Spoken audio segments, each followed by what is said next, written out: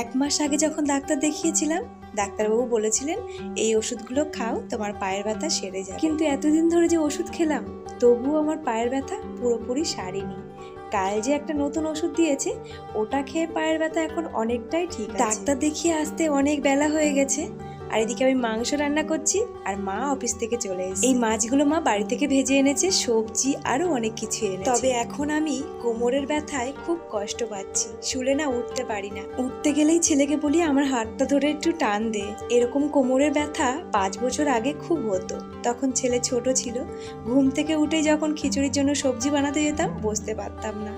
আমি কল্যাণীতে এসএন ব্যানার্জিকে দেখিয়েছিলাম, তখন তিনি বলেছিলেন যতই ওষুধ খাও না কেন, এই ব্যথাটা তোমাকে সারা জীবন ভোগ করতে হবে। তবে বুড়ো বয়সের জন্য কাজ তুলে রাখো, বিছনায় পড়ে গেলে কেউ তোমাকে করে দেবে না। যত পারবে কম কাজ করবে, ঝুঁকে কোনো কাজ করবে না। যাই হোক, আজকের মতো টাটা।